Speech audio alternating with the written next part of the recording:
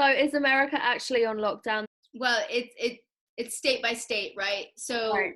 we don't have the government, the president, he's not saying national lockdown. It's basically up to that state's governor to say, okay, we are now going on statewide lockdown, or based on the city, like Los Angeles is on lockdown, stay at home.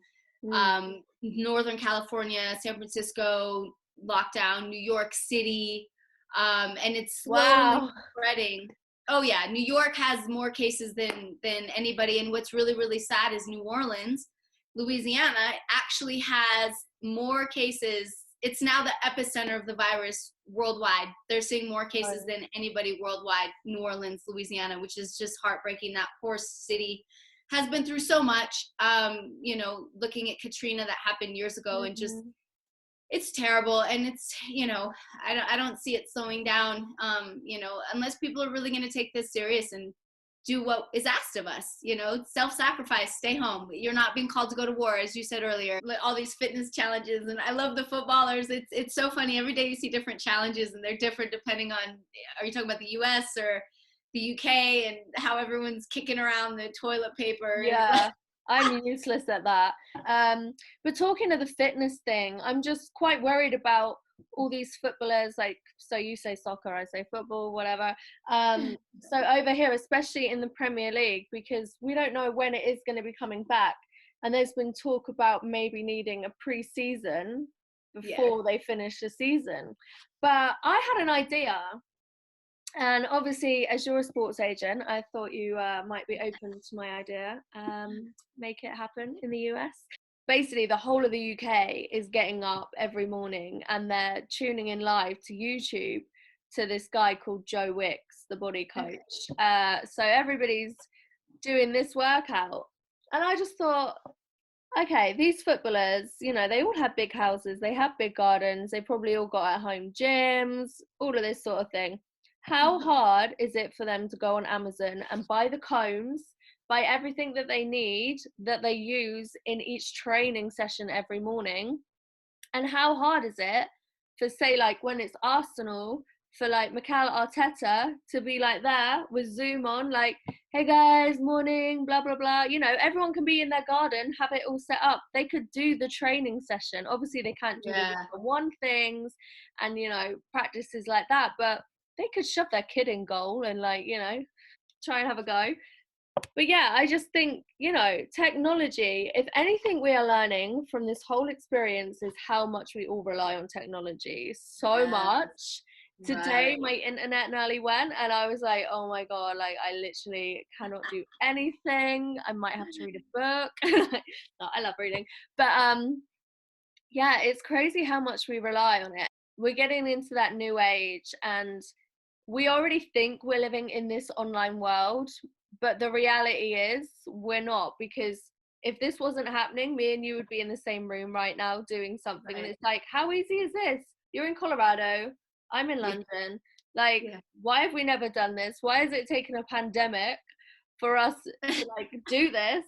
And I just think everybody can work from home. You can work from wherever. And I think the same could be done with training sessions in the Premier League. Now, I'm not suggesting at all that this is the new norm and that footballers just stay at home, they don't need to come in for training sessions. And that's not what I'm saying. But I do feel like in these unprecedented times, as we keep hearing, that, maybe they could make an exception, and instead of, the coaches and managers just saying, oh yeah, keep up your fitness, get a bike, do some treadmill stuff, I really do think that they could be doing these training sessions via Skype, via Zoom. And on Zoom, you can fit the whole team in. So I really don't know why they've got excuses. And also then, they're not going to need a pre-season before they finish the season. They can get straight into it. Maybe have 2 weeks proper training just before they start again. But I just think that that's a good idea. Like, what are your thoughts on that? I mean, I think that's a great idea. And I think that teams will probably start to do that, depending on how long this is going to go on. That's probably something, and one of the only things that they can resort to. I'll make some phone calls. Yeah, make some phone calls. I'll make some calls. Yeah.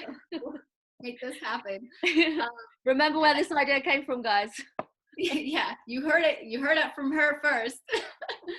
But the one thing that I think you can't get is obviously the competition between two guys. You know, you can't get the play in.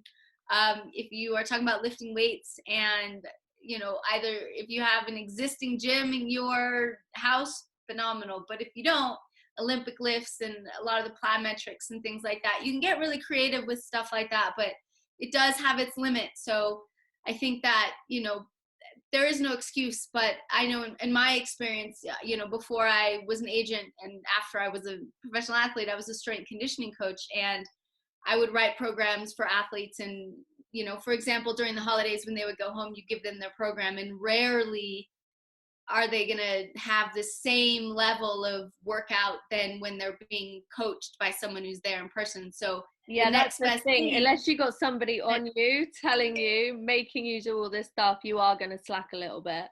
To be fair, I haven't exercised at all since my gym shut because I'm not seeing my personal trainer. They closed most non-essential businesses, right?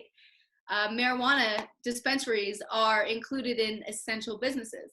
So yeah, so in the states that marijuana is legal, which is California and Colorado, the marijuana no wonder you're so happy. No, I haven't touched it. But you know, so they have delivery services and things like that, which is it's crazy. I mean, yeah. California. Yeah. You go online and you literally order. I mean, obviously they keep track of the individual consumption. You can't just order however much, but you can get everything you can imagine delivered to you, from edibles, gummies, cookies, candy, vape pens, the flower itself, pre-rolls. It's pretty crazy. And the NFL just passed the new collective bargaining agreement, where they finally have made it legal. Well, not legal, it's a certain percentage that you're allowed, but for the athletes they're not going to get fined anymore for testing positive for marijuana. Really good that they're finally doing that, because so many athletes, American football players, smoke marijuana. And, you know, it's therapeutic for them. And you look at what their bodies are going through physically. So many guys smoke and they get fined tremendous amounts of money in the past because of testing positive. So that's something that is finally been approved, and you know, I think it's good. That's phenomenal. And another one of the crazy things that was approved is the expansion of the NFL season to 17 games, which is quite interesting. And for those who aren't familiar with how that works, the CBA stands for Collective Bargaining Agreement, and it's the Players Association coming to terms, creating this agreement for, you know, the players and the NFL and owners, and everyone has to come to the table and agree on these policies and procedures and things. And, you know, although there's a lot of positive things with this, there's also a lot of negative stuff that happened with this CBA. You know, players are going to get obviously increased season. There's a couple changes to the playoffs, so extra team is allowed into the playoffs. And one of the things on the negative side is that they decreased the benefits that go to retired players, which is horrible. I mean, you're talking, these guys basically give up their youth and their health, and they're going to deal with things for the rest of their lives. And now their social, you know, their benefits that they're going to get in terms of health are now decreased. And when you say that benefits, what do you like, their health care? Yeah. Or, yeah. Wow. Players that are retired, players with disabilities. So now they're going to be receiving less money, which is, I don't understand how that happens. So is that like in the UK we have a pension? Is it like a pension system? Yeah. And then they get free healthcare as well. Yeah, it's similar to that. So, you know, if you played in the league, obviously you have to play in the league a certain amount of years and you qualify for different things, but those have been decreased, and that's, to me, that's absolutely terrible. Like, why have they done that? Because it's a business. It's a business. That's their only reasoning behind it. So I mean, money over people's lives and health. yeah, basically. So I know that the MLS season is a little bit different to the Premier League over here regarding dates and things. So they have postponed it over there or suspended it or whatever, haven't they? But are they going to get a chance to finish their season, or what's going on with the MLS? Well, as of now, the MLS originally suspended the season for 30 days, like March 12th, right? But now they've actually extended that suspension through May. I think it's May 10th or something. So that's where it stands right now. But again, everything is up in the air. I think they're going to continue to suspend the season until we get a grasp on this pandemic. And frankly, when sports do return, I think it's going to be quite different. I think they're going to be playing without fans. And you look at the UFC, and they've had, before they canceled these fights that they've recently had, they basically had the fights without the fans. And I think that for a while, we're going to see that not just across football, but across, lots of different sports.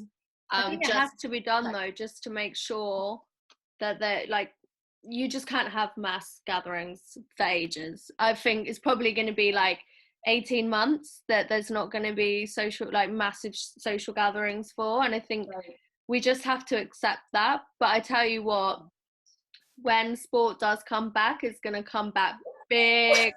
And people that weren't even into sport are going to be itching to go and just have that experience of a football match. Honestly, I cannot tell you how much I am looking forward to being in a packed out stadium, just the noise, the atmosphere. I'm going back over videos of being at games and just being yes, one day I'm gonna feel that again.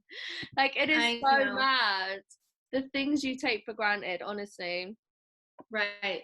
And again, going back to that whole thing about how this is really putting life in perspective, I think that it really makes you appreciate more what we get to experience on a day-to-day basis in our normal lives. And it's definitely make it, I do daily gratitude anyway, but it's definitely making people that aren't really into spirituality or the universe, all of that stuff, it's really making everybody just so grateful for what they have, and it's making us all live really simply.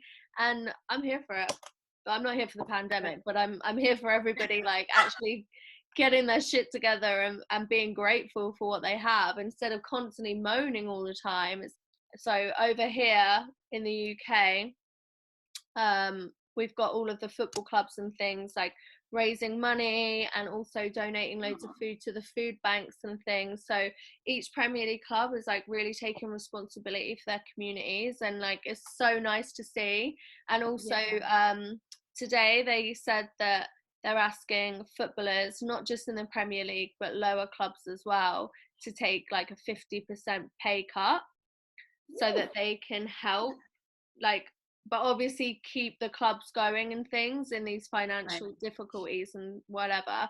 But also I just feel they should be taking the pay cut anyway, because they aren't necessarily working at the moment, and also everybody else is going through this. So the footballers shouldn't really be sat at home just counting their dough this is fine, I'm sat in my massive mansion.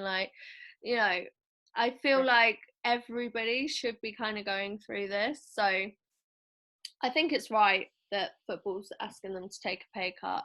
Is anything like that happening in the NFL or the MLS or anything? Not yet. Maybe they're okay. Maybe they have enough money. I mean, you're looking at now ticket sales alone. You got the food, you got the gift shops, everything, all of that. They're losing so much money. It must be unreal.